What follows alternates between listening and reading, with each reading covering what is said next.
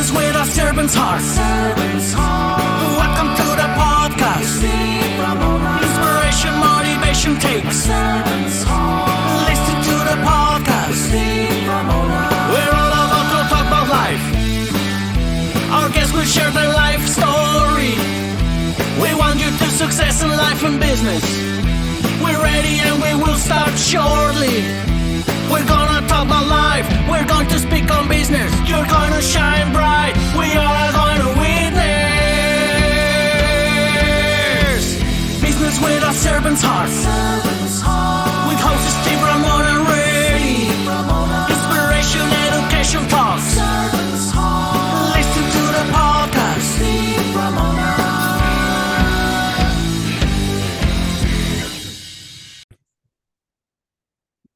Welcome, everyone, to Doing Business with a Servant's Heart podcast. I'm your host, Steve Ramona, and I'm so thrilled to have you join us today. This podcast is dedicated to exploring the idea of doing business and living life with a purpose, serving others, and yes, achieving success. We believe if you approach your work and your lives with a servant's heart, you can make a difference for yourself and everybody around you. We created this show we want everybody motivated, inspire, and educate to make an impact in your world. Whether you're an entrepreneur, community leader, a billionaire, or someone who just wants to add purpose to their daily life, we're here to support you. And we're going to talk money today, and I call it old money, and I'll get into that in a second. So I want you to take your pad and paper out because he's going to give you a ton of advice. That's not going to cost you anything except for listening, which is the best way. But while you're listening to my guest, I want to think about how you're going to serve today and what impact you create today. I don't want you to wait till tomorrow or next month. Let's start making a change today. Today's episode is proudly sponsored by a phenomenal partner, Pantheon Alliance.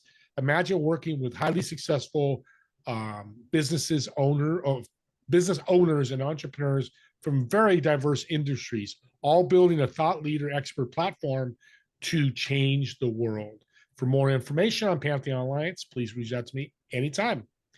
Well, with that being said, impact is money. Money is impact. I say that all the time. We need it to live. But there's so much, and we just talked about before the show, mindset, and amongst other things. I'm going to bring my guest on. Steve, welcome to the show. Thank you, Steve. Good to be with you. Great name, by the way. Love it. Yeah. So retirement, that's kind of, you just sold your company. You got into coaching, which at 55, it's an older age to do that. Why did you do that? At 55? I'm teasing you. You look 55. Oh, thank you. Thank you. Thank you. I've actually been investing for almost exactly 55 years. So. Oh, that's interesting. Yeah. Why? They made me an offer I couldn't refuse. Yeah. It was the equivalent of 6 years of the income that I was making managing money for, managing 110 million for 150 different clients. And I get it like 6 years in advance, so I couldn't say no, but I also didn't have any desire at all to retire. So I did two things. I wrote my second book, and I started a retirement income coaching business. And I call it income independence coaching, actually, because there's just having retirement money is one thing, but having the ability to have enough income, regardless of what the market or interest rates are doing, that's a whole nother level. And that's the level that I brought my clients to over the years, that I feel that I'm at, and I feel that I can coach people into getting there. So Financial freedom is another word. Is that similar to same thing? Well, I think financial freedom is more the sense that you have the wealth. It may be tied up in a lot of different things, but you still don't have maybe don't have enough income to, on the spur of the moment, spend 40 grand to take a small boat cruise to Iceland or whatever around without selling something, without selling some stock, without doing this, without doing that. Income independence is the knowledge that it's flowing all the time. It's growing. It's growing every quarter, regardless of what the market's doing here. You've got enough income to pay the bills plus enough to reinvest. And you have a second stream of income, at least the way I set things up. You have a second stream of income of taking profits.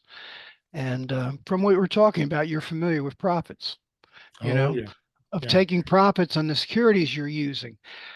I pretty much set up a mindset that says I own all of these I have a diversified portfolio of diversified portfolios.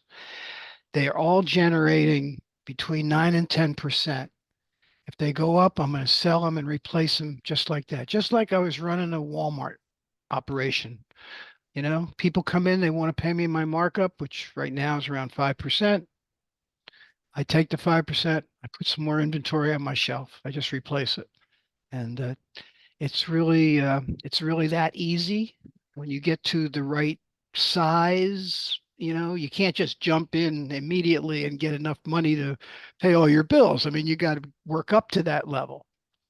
But Right. at retirement age, you'd be surprised. Most people have enough in investment assets to get to their objectives.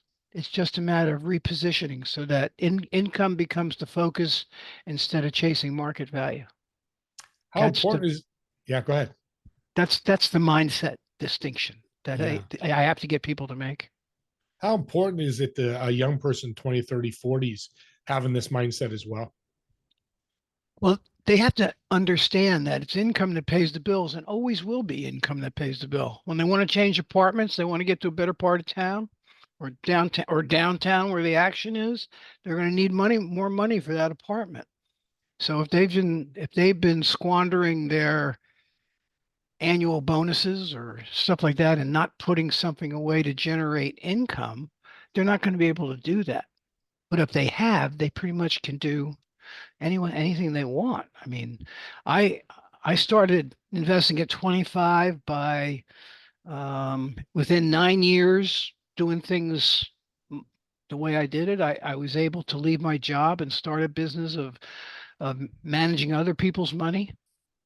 I mean, I brought many of these people from their beginnings in investment into retirement with me, since Yeah. we're all about Yeah. the same age, I guess Yeah. at this point. So, yeah, I think the earlier you start, the better. I mean, it does make a difference. I mean, you think about it at age 31, 32, I had a seven-figure portfolio generating, 4 or 5 times the income I was getting at my job, and I didn't have the overhead of commuting anymore. Yeah. Yeah. So that's a place you can get to be if you got to tread lightly, go safely. You got to understand what you're investing in. You got to appreciate the risks involved and learn how to minimize those risks. And that's it's pretty much. I don't want to tell you too much because then you won't have to read my book. You see. You did mention your four great financial risk minimizers. You just mentioned risk. Very interested to learn more about that. Okay. Well, uh, they work hand in hand. They're like um, the uh, the legs on a stool, so to speak. Where you have four of them, and if you don't use them all, something can collapse. But the first one and the most important one is quality. Understand the quality of what you're investing in, and you have to set up your own rules and your own parameters. My rules were really strict. They were always strict with the stock market. A low PE ratio, a low debt to equity ratio, uh, had to pay a dividend to shareholders, had to be a profitable company, had to have more than one type of business in their operation. You know what I mean? Yep. So that's in the closed-end funds, which is the vehicle I use now. Uh, Quality is how long they've been in business. Um, I like them to have volatility, because then you have more chances to take profits.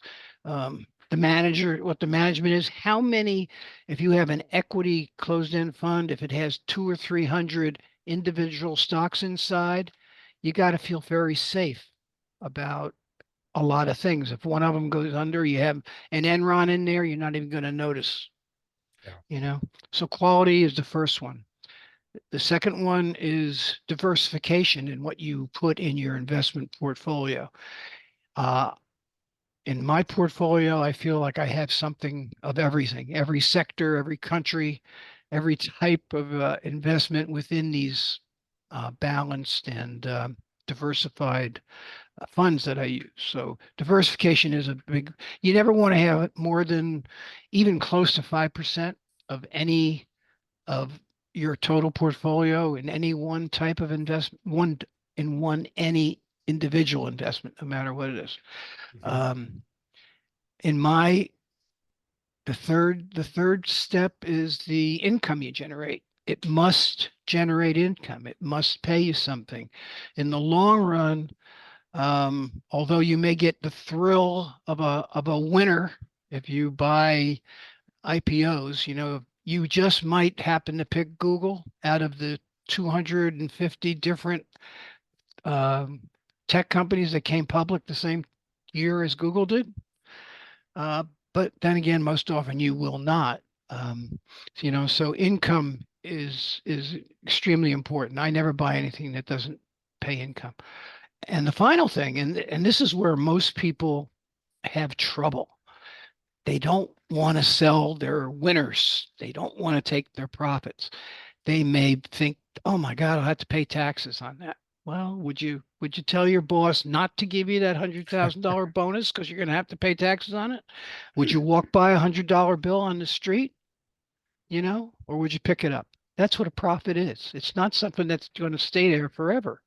It may go away the next day. I Yeah. never I never let a reasonable profit go by me, you And know. that's the key. So, Key is reasonable too, right? hmm? The key word is reasonable. Just not any Reasonable. profit, but reasonable. Yeah, I mean, it depends on the environment. If you're in a low market environment where nothing is profitable, any profit's good. If you're in a thriving market where everything is up, you might set your sights at a 5%, 6%, or 7% level. I never go much above that though, because when it breaks, it can break sharply and quickly, and you'll be in there panicking with everybody else if you haven't already taken your profits. Yeah. I Money in your hand is always good. Yeah, I take a profit in each of my three accounts every day if I can. And on some days, like today, I took maybe five of them in my personal account and one in my wife's IRA and two in mine, as an Nice. example. Yeah. And So then how I do you can go ahead. go ahead, Go on. finish? I finished.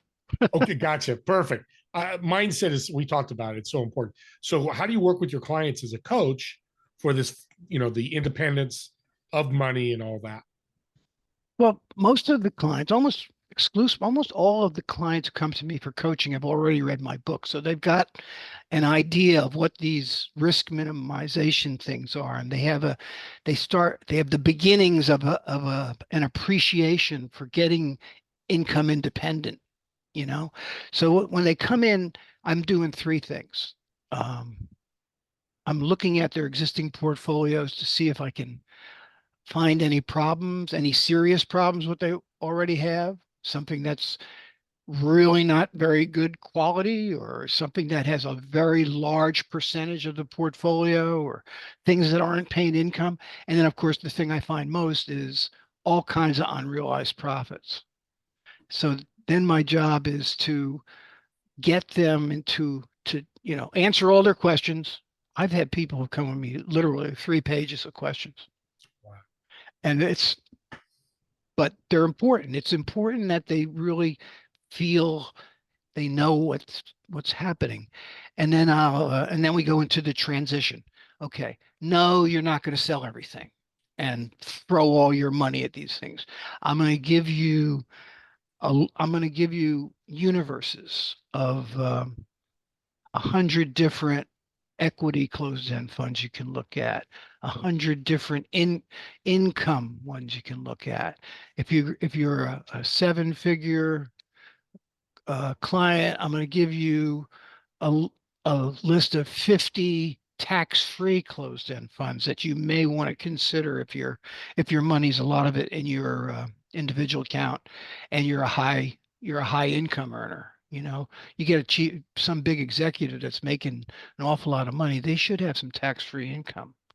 you know so that's the type of thing. And we talk about, let's have an objective of, 6 weeks from now we'll look and we'll see how you've done. In the meantime, you call me and you email me if you have questions, and you go about it like that. But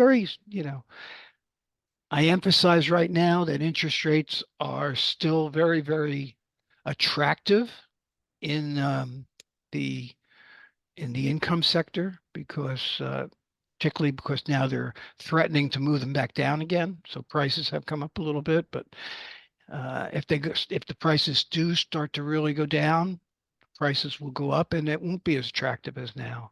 The stock market, on the other hand, is near an all-time high. So we talk about, when it's at an all-time high, that doesn't mean you can't buy anything. It just means that you have to appreciate that it's likely it will go down again, because it always has for most of our lifetimes.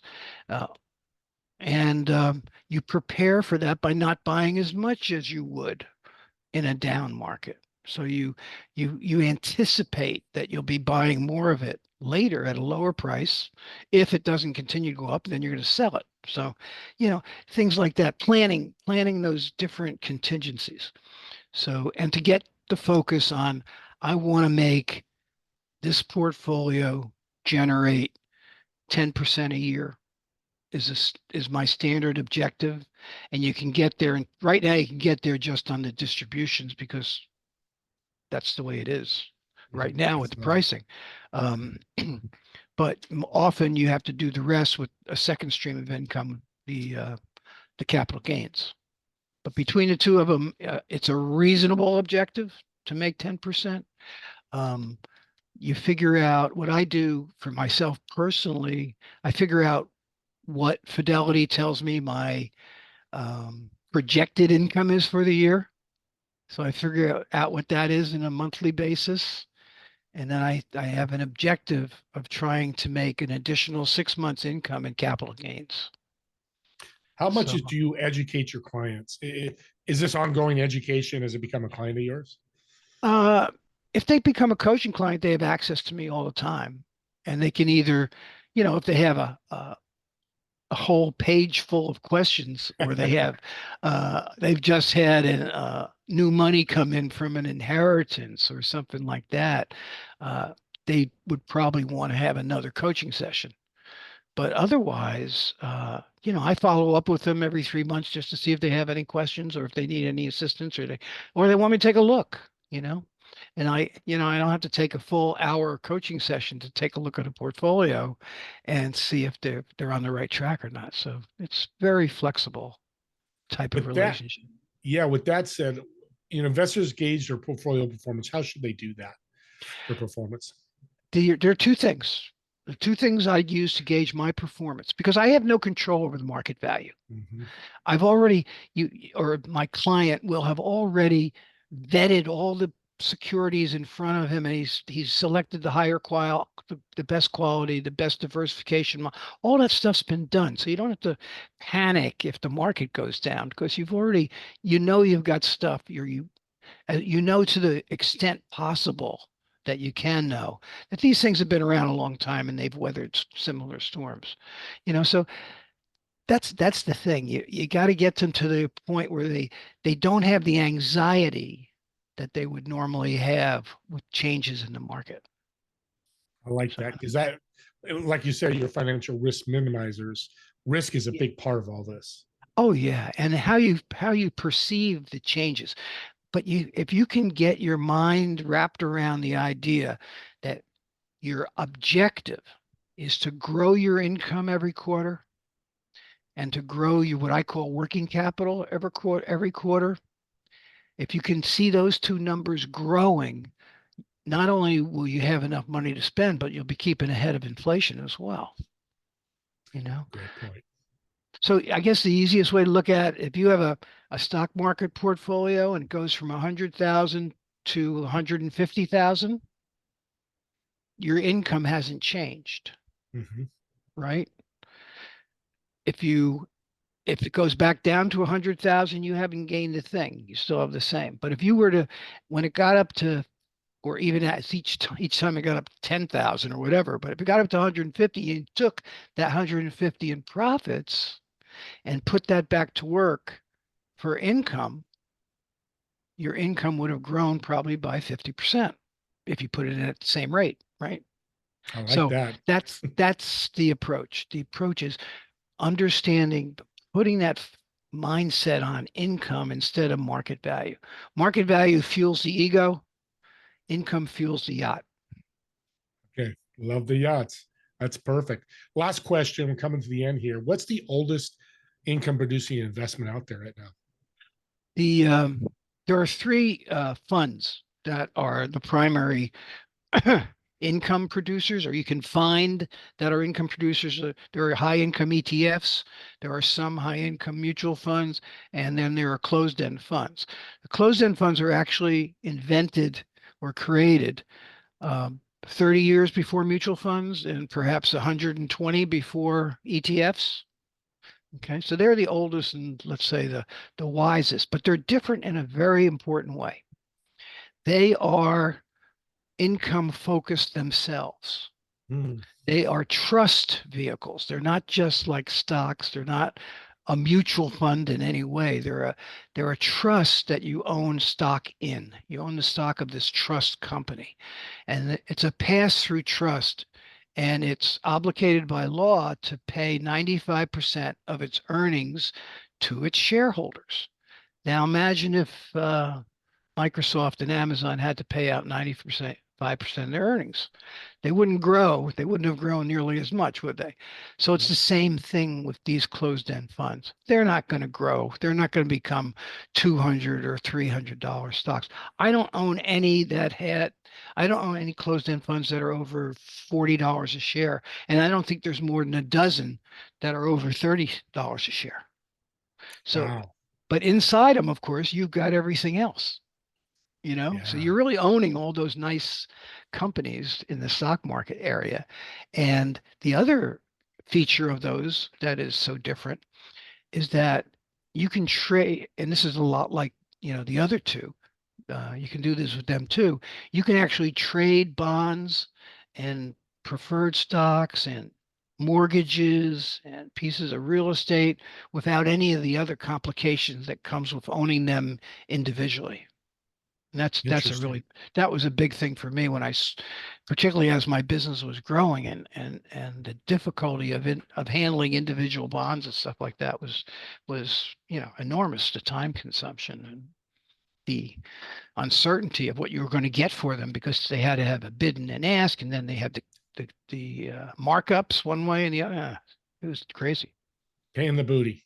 That's what I say. Some of those things can be a little complex and that's why they need to come in and hire you to get past that. Real quick, fun question I'd like to ask, Stephen.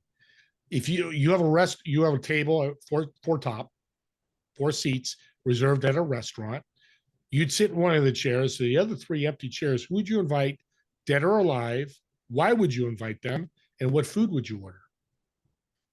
Well, I invite my wife for sure, and I have a friend of mine that lived across from me when I was a teenager, even before I was a teenager. I invite him.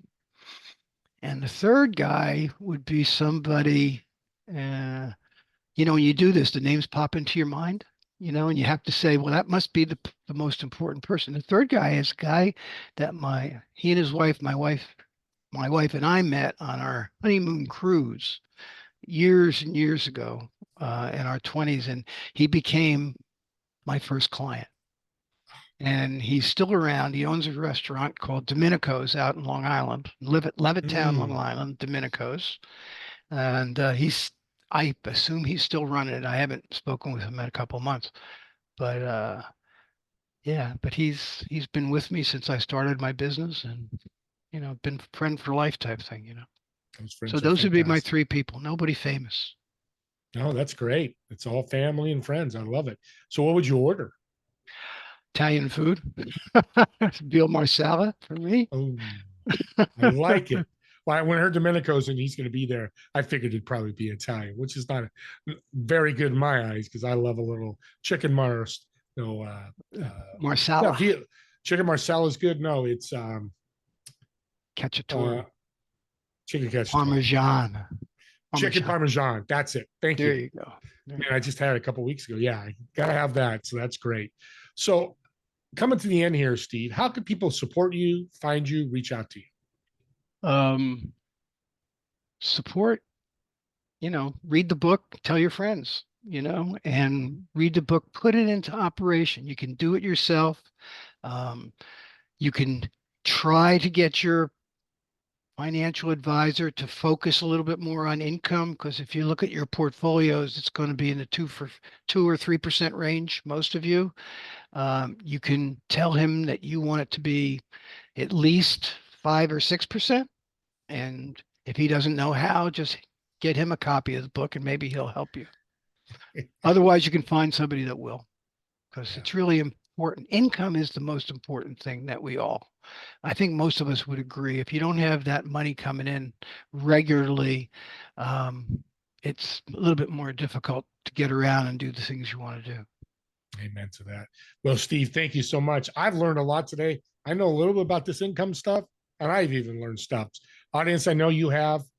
Comment on the YouTube channel. I'll get it over to Steve. If you can't find Steve, I'll connect you with him. Reach out to him. He's going to willing to talk to you, and maybe you become a client and make 5 to 10% a year, and the next 20 years are glorious. And that's what he does. That's what a servant's heart does, especially with money, because it's so emotional. So thanks again, Steve. Really appreciate you coming on. Thank you, Steve, for having me. And thank you all for watching and listening to this podcast. Me and Steve, thank you so much. He's got a great name, so he's a good guest. Just give him a name. And we'll see you all on the next episode of Doing Business with a Servant's Heart. Have a great day, everyone.